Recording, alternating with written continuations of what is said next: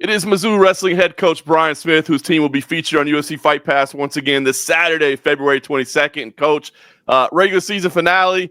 It's been a crazy one for you, right? Shuffling lineups and trying to stay healthy. I mean, nothing new to you, I guess, with the tenure that you've built. But how challenging has this year been for you as a head coach to just kind of keep the team cohesive?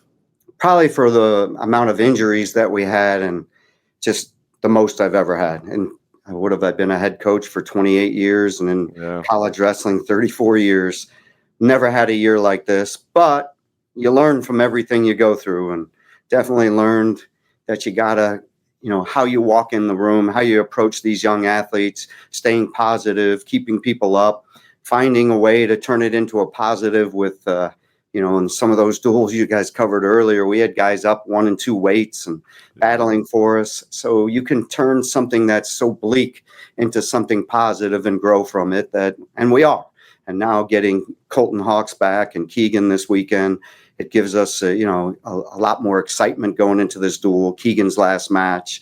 We have, I think, 9 other seniors that'll be graduating and moving on. So it's an important weekend for the program that we're getting guys healthy. Going to see some guys for the last time in the Hearn, so I'm excited.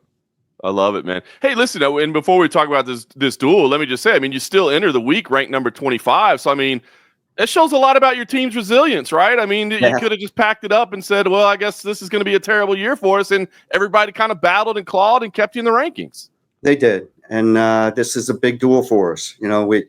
We've we lost some tight matches down in Oklahoma when we were wrestling the Sooners, and kind of, had it in our grasp and lost it in the lightweights, and it was just frustrating. So this gives us another opportunity with getting those guys back, that we have an opportunity to knock off one of the top tier teams and get back on track going into Big 12s. Absolutely. All right. As I said, Iowa State, the opponent, Coach Dresser, he's got the team back at the top of the sport as a powerhouse once again, right? So what do you make of the squad that they're bringing to town? Yeah, I know they're going through a similar thing that we are, with injuries, but they have a lot of tough wrestlers. The Frost brothers are on top of their game. They're wrestling really well right now. And then you got Pinero Johnson. You got some studs in that lineup that I'm looking forward to taking them on, because they are always well coached. They're always ready to battle, and we've had some good ones with them. So with the crowd we'll have, it'll be exciting. I think it is going to be. As you said, you're getting some studs, some hammers back in the lineup, including, of course, Keegan O'Toole, the 2-time champ, is back. Final home appearance. It's senior day. It's Keegan O'Toole bobblehead day. He's going for his 100th win. There's so many great things going on. But I guess I just want to ask you about Keegan. The career that he's put together, clearly one of the all-time greats, right? What is it about him? You've seen a lot of greats over the years, but what is it about him that makes him so special? It's just his mentality, how he approaches it. He is very, very intense in the way he practices and wants to get things done and keep improving. Every day to him is a day that he has to get better in a practice room. And it's not just saying that, but he stays after and works on things. He's there beforehand. He's watching film. It's just a constant for him, and he wants to be better. And it's fun to see that, because it definitely permeates throughout the room, where other guys pick up on that and are his workout partners or his roommates and hear what he's talking about, want to then follow him, and it helps the program. He makes the program better. From the first day I recruited him, he was a special young man. Our first talk, he was talking about asking me questions about, because he had watched hours of film of our team on top. And he's like, all right, what are you doing in the practice room to get better on top and breakdowns? And I was like, this is my first talk with this kid. And it's amazing that he's been breaking down film and knowing these things, and how he's such a student of the game, and his IQ is off the charts. He just knows the sport and continues to get better at it, that it's just fun to coach a young man like that. When he loses, he walks off, never blames anything but himself. And then he's right back with his mindset. All right, we got this next match. Here we go. And, that's the other thing. He's a 2-time champ, but he had to come back and take third twice. And that's a hard thing to do when you have this expectation that I'm going to win it. I feel like I'm the best. Last year he was undefeated, but to have to come back and win 2 more matches after you lose that heartbreaker, it's tough. And he's done it now twice. And I think that shows the character that he has too. That's such a great observation in some ways. I mean, obviously you want to get first place, right? But coming back and getting third shows a lot of your character. Yes, it does. It's a hard thing to do because your ultimate, goal and dream is crushed, but you got to walk off, come back. And I remember seeing when he lost in the quarterfinals as a freshman, and I didn't know how he would respond. He was a true freshman and gotten some crazy things with the pit kid, and it didn't go his way. Before the warm-up, before the All-American round that evening, he's laughing, he's warming up, and then all of a sudden I saw this focus take over, and he went out and got the job done, and I'm like, that's a special young man. And then all throughout his career, it's been that way. But just his leadership, the way he's just in the classroom, just loves the classroom. I remember one time he's reading a book on how to play the stock market or something before the national tournament. After the practice, he's sitting there and he's reading stuff. That he's a very bright young man. Maybe he is a scrawny accountant. The crazy part is he did an accounting internship and had to do the taxes for students on campus. So he's like, when we were joking with him, he's like, "Oh, I like accounting. I really do like accounting." So it is funny that he's just an all-around kid. There's no doubt about it. I love it, man. All right. Well, listen, obviously the duel this weekend streaming live on UFC Fight Pass. 4th appearance for you guys this year on Fight Pass. I guess I just want to ask you what the reception has been like. And I know you've been so kind in your observations, but man, what was the appeal about this partnership that, you were willing to say, hey, let's put several events on here. Let's not just do one. Let's do as many as we can. Well, it started with the match last year at Illinois and just off the charts, people texting me, emailing me, got to watch it. And I just, with dealing with you guys, it's first class. You back the truck in, you run the whole show. It's amazing. And it is first class. All throughout the matches, there's social media going out from you guys. Our staff is doing the same, but it's like you get double of it. And the outreach, the amount of people that UFC brings in, I know there's a lot of similarity between the fight business and wrestling. And obviously with Michael Chandler's and Tyron Woodley's and Ben Askren's. And so we do appeal to that audience that I thought this is kind of a marriage that has to be made. And I also like that, the fact that I've heard it from a lot of the customers that I think you can get on and it's only a few dollars to watch a dual meet. And that is very appealing to people because they do get frustrated that there's a lot of different ways, but you guys are just saying, hey, for a couple bucks or whatever it is, come watch the Mizzou Iowa State duel. And I know a lot of people will tune in because that's not that hard today. So you've really made it customer friendly. And that's something that was important to me in growing the sport. That's awesome, man. I love to hear that. That's what we want to do is do right by you. Hey, listen, I did want to ask you, you mentioned the names because that is that natural marriage, especially with Mizzou, right? Askren, Woodley, Chandler. Those guys, by the way, have always spoken great about you, man. Any conversation I've ever had, man, they have so much admiration for you in their time there. Did you get a chance to follow? I mean, I know Chandler's still actively competing, but did you get to follow any of their MMA careers at all, or were you too busy with wrestling to do that? I always did. I would watch them. Sometimes I didn't like watching the fights, but because I care about them as people, and I'm like, towards the end of their careers, and it's like, oh, it's time to, kind of. But I do love that the way that all of them, Michael wasn't well known, figured it out. Ben, everybody said wouldn't be successful, figured it out, and that's part of Tiger style, finding a way to get better. And they all did that. And Tyron, of course, had the great career being a champion. And yes, I do. And I was actually going to go to Michael's fight in Vegas, the one that got canceled. I had the flights. I had the tickets bought. Oh, man. I was bringing both my sons. And I told Michael I'm coming. And we were pumped about it. But then it fell through. So if he does have another big fight, I'll try to make it out because I had never been to one of the big fights. It always seemed to happen during the season. Right. Or a time when I was in camp or something like that. But I'll try to make one. So we'll see.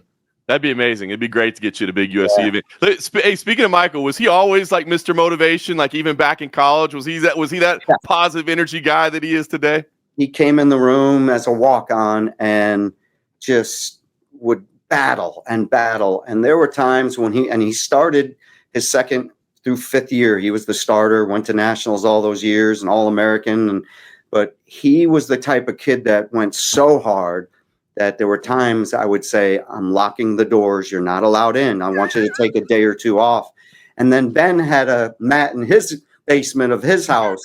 And he would try to sneak in there, and I'd be like, Ben, you got to shut him down. He needs a break. And it was so hard for Michael to understand, but he did finally figure it out that it was to help him, that his body needed to, slow down a little and get a break and then come back. And when he would do it, he'd come back and be killing people in the room. So he learned amazing. from it. But no, he's always been that way, 100 miles an hour.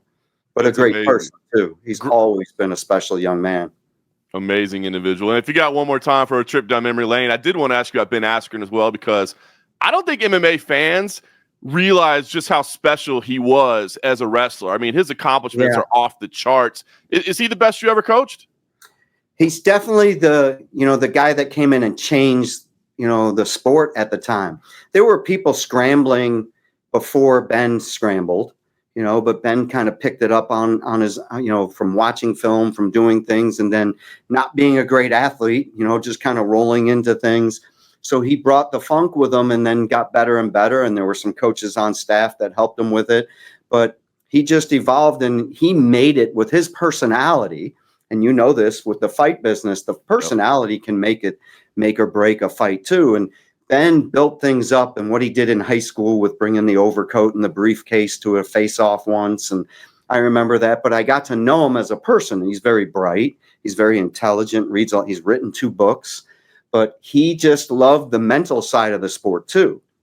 And so for him, it was evolving in this, scrambling stuff, and then the mental side of trying to break people with it and getting him into positions they weren't used to. And I think he became so popular. And I think at one point, his junior or senior year, he had like 13 straight first period pins, which is unheard of. I mean, you get a guy to get 13 pins now, it's a lot. And he had 13 in the first period in a row.